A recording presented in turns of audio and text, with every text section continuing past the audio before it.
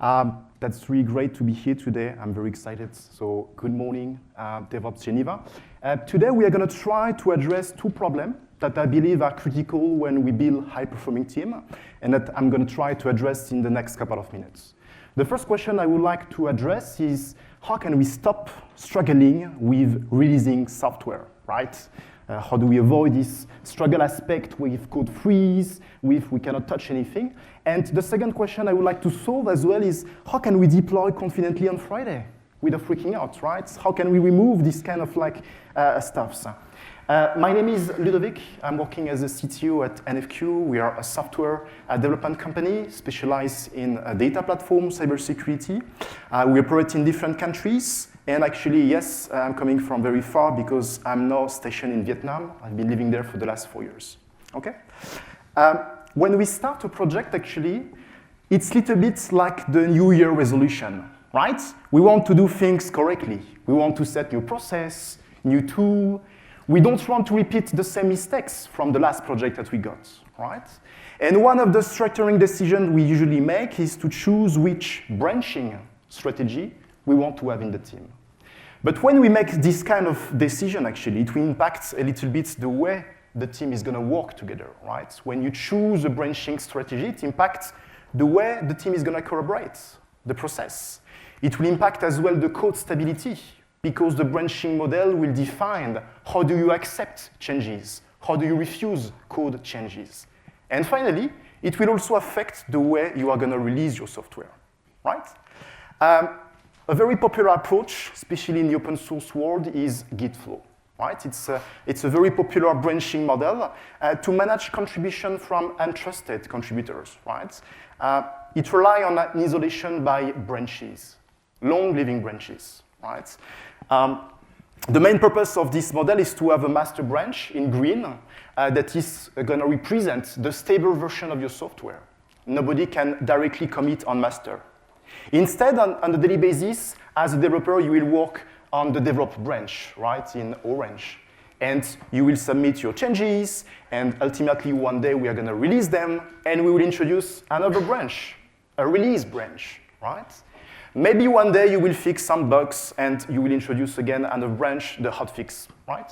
So to summarize, we can also use, some teams are doing that, basically branching Gitflow to manage environment as well. It's a little bit a weird pattern that I may observe in some teams, where basically we have different environments, production, staging, QA, and basically we have developers that are shipping their code to these branches. All right? So if we summarize, when we do Gitflow, basically what we want is to have a strong code isolation. We want to isolate the code and to control how we are going to merge the changes. And we are doing that by relying on long-living branches. Ultimately, in some teams, branches can also manage the environment. All right? A couple of years ago, when we started a project, we thought it was a great idea. With a team of 5 people, it was for us a way to have best practices, quality, control. And at that time, it was looking okay, right? On average, it took us maybe 1 hour to release a version of the software, to patch the modifications, to collect everything, to prepare release notes.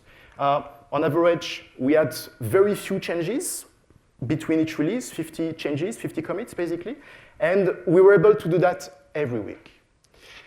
As you can guess, at some point, the product gets success, gets traction, so we add more people. And then we add, again, more people. And we keep adding more developers. And with this model, the problem is that we end up by spending at least 9 hours to prepare a release. 1 people in the team was dedicated to handle all the merges, to resolve all the problems, and to ship. Every release contained a lot of changes, right? 270 on average. And of course, the velocity starts to drop. So when you are in this situation like that, you're asking, okay, I am adding more people to the team, but we are releasing even slower than before. What is happening? Why do we have this situation? The reason is that basically we faced a merge hull situation, right? It's a little bit like on this road. You have so many roads, you have so many exit entry points. And at some point, it's become so complicated to manage all this branching live in parallel that every time we try to collaborate, merge together, we face a merge hell situation. And the reason is because when you do Gitflow, actually, you don't do continuous integration. Continuous integration is not about automation. It's not because you have Jenkins, GitLab CI. It's not because you have a CI server that actually you are doing continuous integration. It's completely unrelated. On this picture, for example, you see people working on the same car together at the same time. This is work that is continuously integrated. When you isolate your code in branches that are living in parallel, you are differing the state in which all the changes, all the modification, all the code will be together. You are not doing continuous integration. Similar approach, we had a lot of lead time because, again, the environment were coupled to the branches, right? And basically, it's a little bit like on this picture, when you have a lot of people waiting for each other.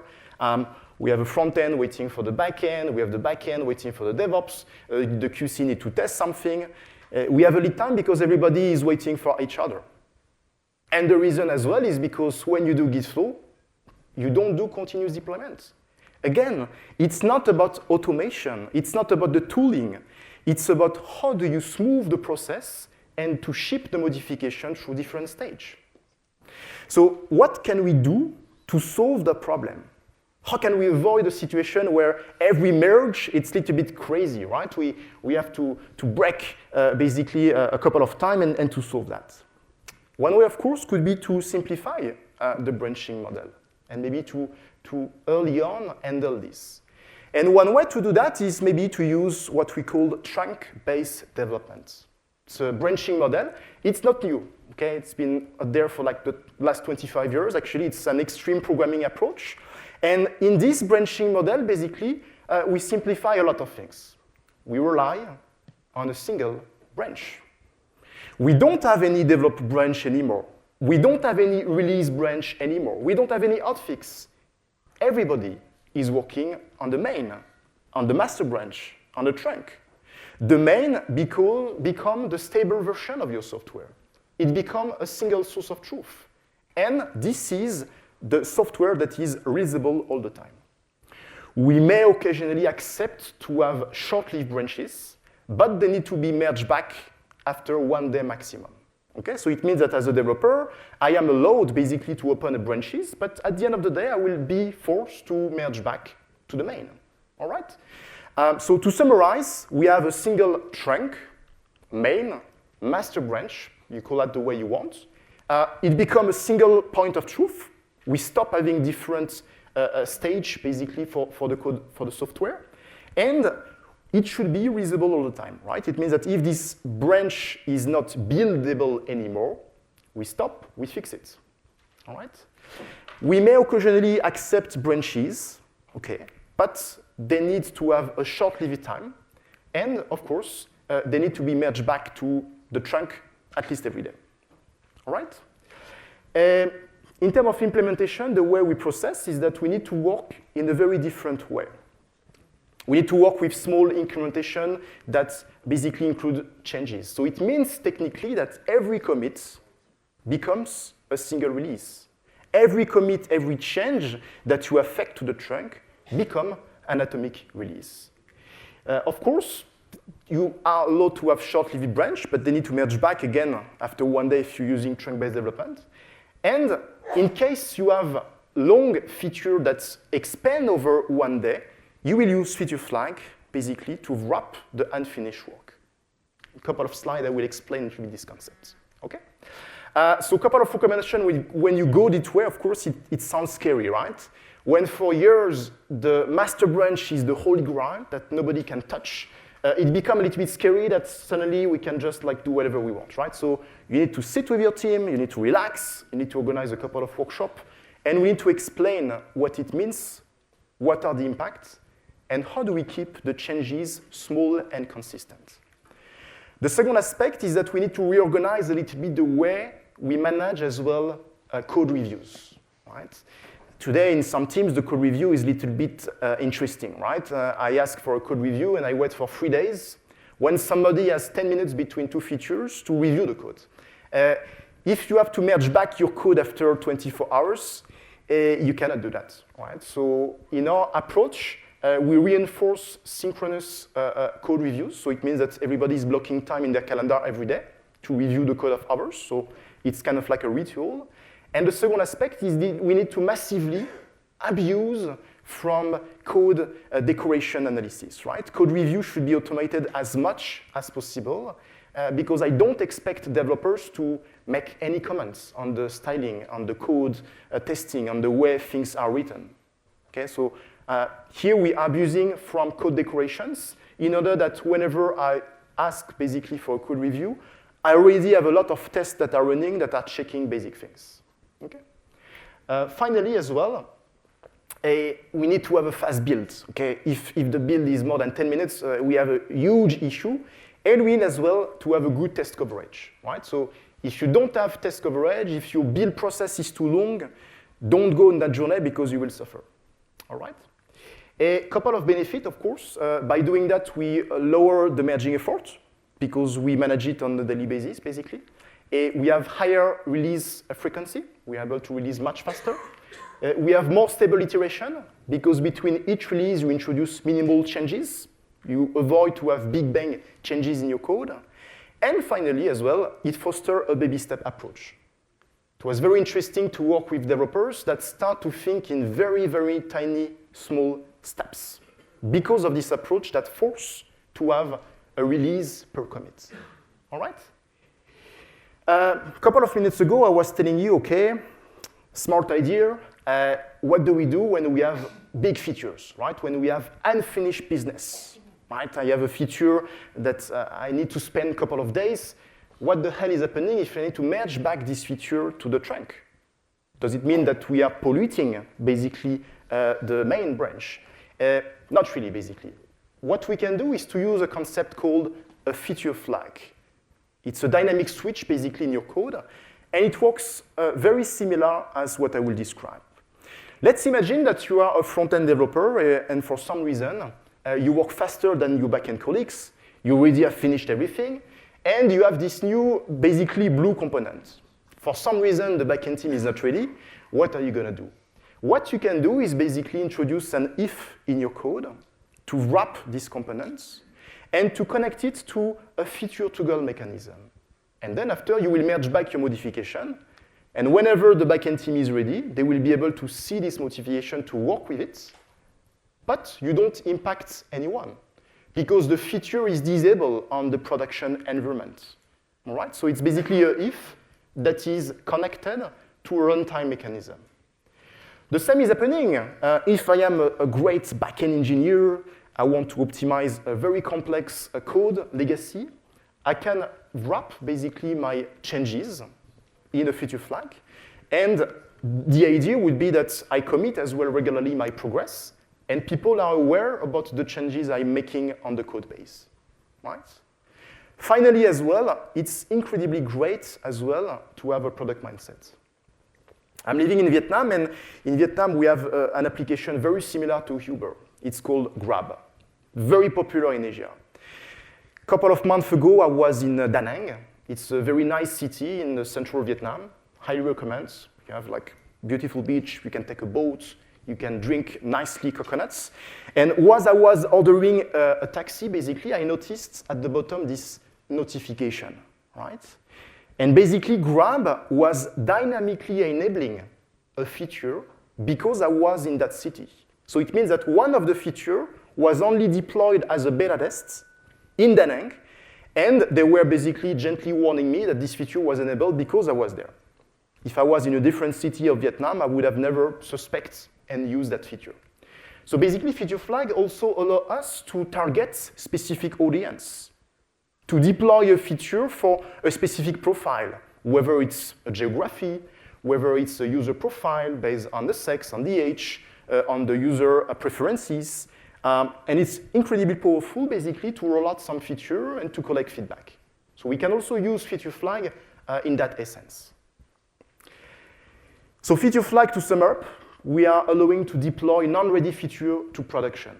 It's typical like on this road, right? The road is not finished, can still work next to the pavement, right? And I can still use basically partially what is available. In feature flag, the second important aspect is that we need to be able to enable and disable feature on runtime. It's not just an if in the code. In case something goes wrong, I should be instantly able to disable the feature, right? If something goes wrong, I click a button and in 1 second, I disable basically the feature. So it's not just a static if in the code base. Additionally, if you realize what we are doing, when we are using feature flag, we actually decouple deployment from release. I am deploying every day to production. Changes are pushed every day to the production server. But it doesn't mean that we are releasing every day, right? By using feature flag, we are decoupling deployment from release. How do we implement that? Basically, there is a lot of solutions available. I will not list out them. You can either use a custom approach, you build your own system, because at the end this is a Boolean, or you can go with a SaaS solution or whatever, okay? It's really a technical detail here. You can also integrate your feature flag with your Jira board, for example, and then it allows basically the product team to enable and disable this feature flag and to run some experiments. They love that feature, it's really cool. They feel that, they can control what's going on, so it's a nice toy. Where do we place feature flag? Basically, it depends on what you want to achieve. If you want to have a UI component, of course, you want to conditionally render a component or a pages, you will need to put your feature flag in the user interface, of course, right? In case you want to work maybe on like a feature, maybe you can place this feature flag as part of the payload if you do an HTTP request, or it can be directly on the endpoint, so it will be basically on the API. You can also put that directly in your business logic, right? If this is a discrete processing, like an algorithm and optimization. In either way, guys, if you go on feature flag, you need to pay attention at the security aspect, okay? Just want to remind that it's not because the feature is not rendered that it's not accessed, right? And of course, it needs to be tested, right? When you use feature flag, this is still production code. It means you need to have a couple of test cases to cover what is happening when the feature flag is enabled, what is happening when the feature flag is disabled, right? Otherwise, it's not really a good approach. Feature flag can also go completely wrong. Okay, you can really mess up things. A couple of years ago, 10 years ago basically, there was a company in the US that were using feature flag. They were working in the finance industry. And they implemented basically a dynamic trading algorithm. It was an algorithm that was basically making order on the stock exchange. The regulation changed at some point, so they deploy basically a new feature. And they use a feature flag for that, right? They wanted to control basically the way to roll out something. Very professional people, the code was tested, it was documented, they make a rehearsal, the day happens, and in 45 minutes, basically, there were almost like 400 million of wrong order that were passed to the system. It was crazy. They completely panicked because nobody understood what was happening. The problem is because basically the code was running on 8 machines, 8 different servers. They reuse an old feature flag, and they deploy their code only on 7 machines. So it means that when they enable the feature flag, it reactivated an old version of the code base on the last server. In 48 hours, basically, the company was bankrupt because basically they didn't have any liquidity in stock. And the company does not exist today anymore. All right? So very professional people, very organized, but it may happen that feature flag can really go super, super wrong. Okay? So what can we do, of course, right? Couple of recommendations. We should not abuse from them. If you have more than 30 feature flag in production today, good luck. We need to put them as high as possible. Of course, try to avoid to have feature flag within feature flag, not really a great idea. They need to be battle tested. Like I mentioned, it's forbidden to push a feature flag if we have no tests, right? They need to be documented. who is responsible for the feature flag, what is happening when I enable the feature flag, what is happening if I disable the feature flag, and when the feature flag will be removed. One day, you will have to pay back this kind of like technical debt by removing the feature flag. And we need to agree from that from the beginning. All right? You need, of course, to remove them when it's finished. And you should never, never, never, never reuse them later. Once they are used, you forget about them. We don't reuse them anymore. This is the end. All right? So in terms of benefit, when we use feature flag, it's really great because you reduce cross-dependency between teams. We don't have anymore a situation when a front end is waiting for the back end, when the back end is waiting for someone else. People are working autonomously. When they are done, they push everything, and they can start something new. The problem when we use long-living branches is that we need to maintain them. Our poor developer waiting for somebody else, he will start a new feature, he will start to work on something new, but in the meantime, he will still have these long-living branches that he will have to maintain. So by using feature flag, we prevent that. We decouple the dependency between teams. Additionally, when we do that, we actually do continuous integration. Every day, I have the latest update on the code base. I know everybody what they're doing. I have access to these changes. And, of course, when you use feature flag, you create this product mindset approach. People, they are motivated to go step by step, to accept to not have a perfect solution, to have feedback through experimentation. This is what they're looking for. So it's really great. Okay? At the beginning of the presentation, I was sharing that sometimes we have teams that are coupling their branching model to deployment. We had the same issue, and it was not really great. So basically, the situation was the following. We had 3 different environments, and everybody was using these 3 environments, and everybody was waiting for each other. And then we arrive in a situation very ridiculous when people say, okay, I need the test server for a couple of hours. Please don't push anything. Don't touch anything. It was a disaster, right? So at some point, we step back and we say, look, can we reuse what we have done with the branching model? And would it be possible to create ephemeral testing environments per branches? The idea basically would be the following. I am a developer working on this branch, and basically I would like to have a complete ephemeral testing environment, which contain the front end, the back end, the queuing systems, the crons, the databases. And I want that to be completely isolated for myself, right? And if a second developer is working on something different, he would like as well to benefit from this environment with his own front end, back end, databases, crons, queues. One way to achieve that actually is to use Kubernetes, of course, and namespaces, right? This is what we did, basically. We have built ephemeral testing environments running on Kubernetes.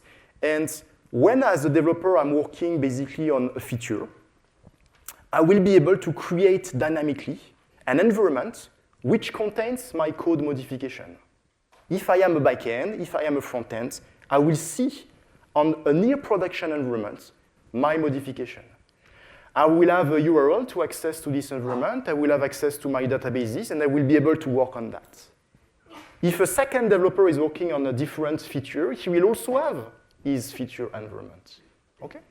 So the way we do that, basically, it's relying on a little bit of brain using Jenkins.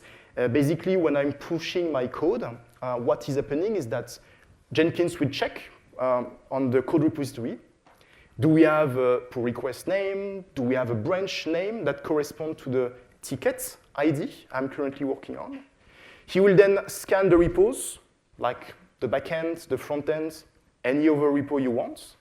And for example, he will find corresponding matches. Right? So if I am working on the feature 01, I am a developer, and I see that feature 01, I have a branch on the backend. I see I have no branch on the front end, meaning these tickets only consist in modifying the backend. I will push basically the master version of the front end. I will take my modification on the backend. I will push together, and I will create a testing environment. Okay? So this is the way we are able to have flexibility in case we are working on different things. One way to achieve that as well, it's very close to the concept of platform engineering, right? We don't want to have something complex, so what we did was to connect that to our ticketing system. I am a developer and I'm working on the ticket 01. What is happening is that I will work on my feature, I will implement the code, and then I will shift basically this ticket to the testing column. Automatically, I will have a Jenkins jobs that will trigger the creation of this ephemeral testing environment. I will be notified in Slack when this environment is ready. The Jira ticket will be commented with the access to this environment, which contains the URL, database accesses, and so on. And then I will be able basically to test what is going on my feature. Incredibly powerful. We had a lot of product owners, they become crazy when they see that. We have a lot of business stakeholders, they say, wow, this is awesome, I already see the notification, this is awesome. After everybody is happy and I finish to implement my stuff, I will move to the down column, and of course, I will destroy automatically this environment. Okay? A couple of recommendations as well. We had some issue with the data, right? We have some issue with the data because suddenly we were able to spin up a lot of ephemeral testing environments, but they were empty. They were with irrelevant data sets, right? And it was very annoying. What we did basically was to pull production data, right? So basically we connect a job to the production data, and every 24 hours we are pulling the production data. We are anonymizing everything that is sensitive, first name, last name, email, whatever. We collect the 20% hot data from this extract, and it serves as a basis for the testing environment. So it means that when I start this ephemeral testing environment, I already have some data that are very close to what is happening on production. Incredibly powerful to reproduce some bug test case, to detect some problems because I have a similar condition to my production. Okay? So a couple of recommendations if you go on that journey. Monitor what you're gonna do because suddenly you have a very cool toy, and engineers, they like toys, right? Suddenly you have like 5 environments running in parallel, nobody take care about that. So you need to monitor basically what's going on, and you need to kill this environment if nobody uses them. Otherwise, the invoice is increasing drastically. I highly recommend that you think about data from the beginning. If you are able to spin up environments, but you have no data, you will lose the interest of the approach, and nobody is gonna buy that, okay? And finally, what is really great with that, it's provide a basically service approach. I highly recommend as well to reuse what we did with the connection to the Jira, because if you have a complex flow, nobody is gonna use this super cool tool. Okay. The benefit of that, suddenly, we remove a lot of bottleneck for testing, right? It was completely removed. We don't have this problem anymore. It creates much more ownership between the teams, right? They were able to say, look, this is my feature, I can test it. Some people are also reviewing the code by testing the feature, which is incredibly amazing, right? Because they stop just reading at the code, and they also try to play with the feature to see if it makes sense on those environments. The transparency with the stakeholder significantly increased.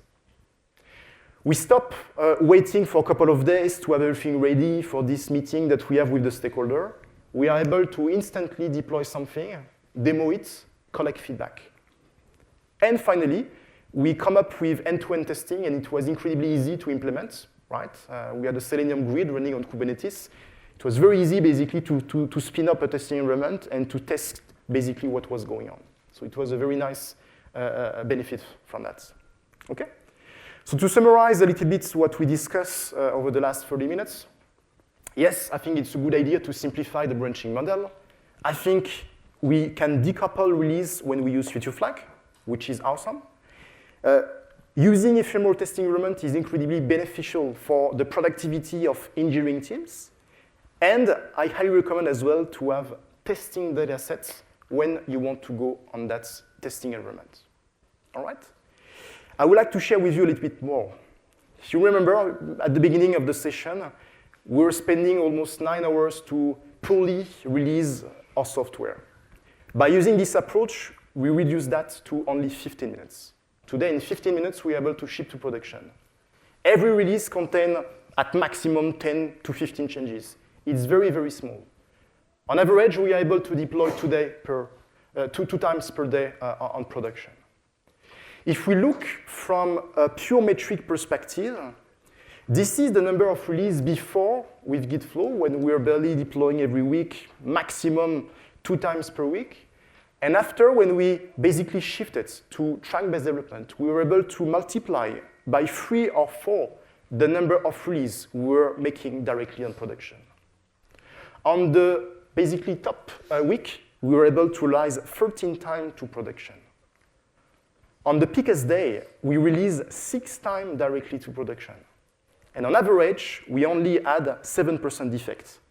Out of 100 released to production, only 7 had an incident that forced us to roll back or to disable the feature using the feature flag mechanism. Okay? So challenges when you go on that journey, support the engineering mindset, because of course, you need to challenge the definition of ready, you need to challenge the story size, the dependency. People will be very afraid to go on that journey. You need to work very, very, very small. The second aspect as well is that you need to encourage basically the ownership between the developers. In our team, because we're using this approach, everybody is deploying to production. Whether they are juniors, mid-level, seniors, everybody, when they build something, they will release it to production. We don't have any external checking. So that's very important for us, and it's because we have this tooling and this methodology in place. Additionally, if you go on that journey, you will need probably to reconsider your team structure. Probably you will move toward more like feature team instead of component team. A couple of recommendations. Support the adoption by running a lot of workshops with the technical teams, but as well with the stakeholders, right? At some point, they see that things are moving much faster, and they start to say, whoa, this is awesome. We should keep like pushing for new features. And we need to educate them. We need to say, we are moving faster, but in 1 or 2 sprints, we need to spend time again on this feature that is live to pay back the feature flag. And it's very important to be transparent on that. Otherwise, you are just keeping adding feature on top of that. All right? The second aspect is that you need to constantly remove dependency in the sprint plannings, right? We need to think small, small, small, small all the time. So it's quite important to refine the scope of work constantly. We need to monitor basically what's going on, conduct retrospective, what is failing, what is working, what we should improve. And finally, you need to have guardrail as well to encourage basically people to work and to ship autonomously. Automation testing, quality, retrospective, that's super important. Okay? Do you need to go on that journey? It depends on what you are trying to achieve.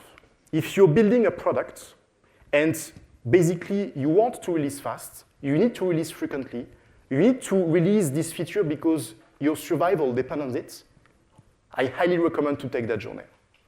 If you are just building a software and basically once released per month or per quarter or even per year, I would not really recommend this approach because it doesn't make sense, right? So it depends on the business goal you want to achieve.